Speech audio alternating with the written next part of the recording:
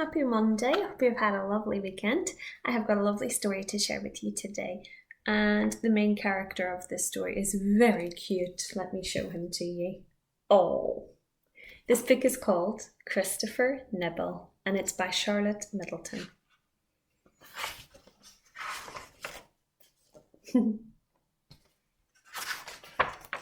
Okay.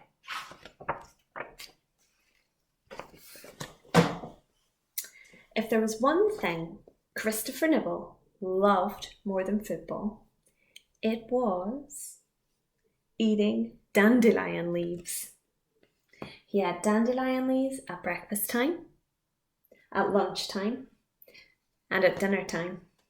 And if Christopher felt peckish between meals, he ate more dandelion leaves. Oh goodness, this is like me and cookies. But it was not just Christopher who liked dandelion leaves. Mr. and Mrs. Nibble liked them. His sister liked them. His friends liked them. In fact, every guinea pig in Dandeville loved dandelion leaves. Munch, munch, munch, munch, nibble, nibble, nibble. All day long, the happy sound of munching and nibbling filled the air. Until, that is, dandelion leaves began to run out. Dandelion dishes were taken off the menus, and dandelion drinks disappeared from shelves. The last few leaves could be bought on the internet for a huge amount of money. Soon, the worst thing imaginable happened. All over town, the dandelions had been munched to nothing more than bitten down stalks, and the guinea pigs had to make do with chewy cabbage instead. Ugh. I happen to love cabbage, but I do not think that Christopher Nibble is very pleased.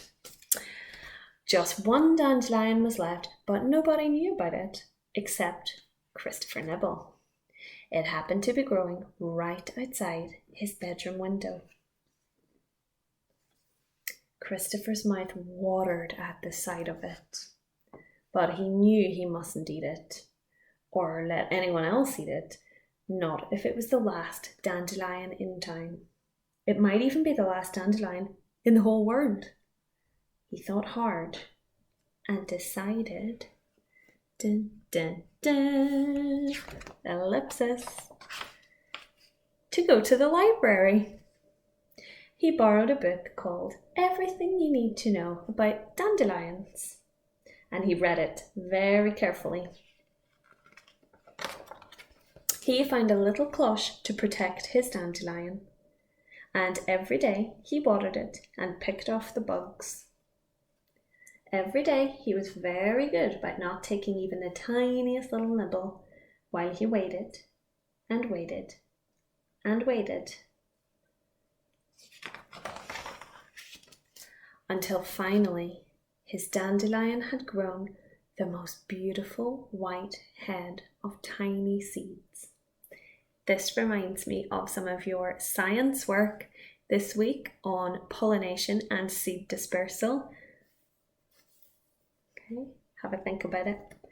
Very gently, Christopher picked it and carried it all the way up Daisy Chain Hill. When he reached the top, he had just enough puff to take a deep breath and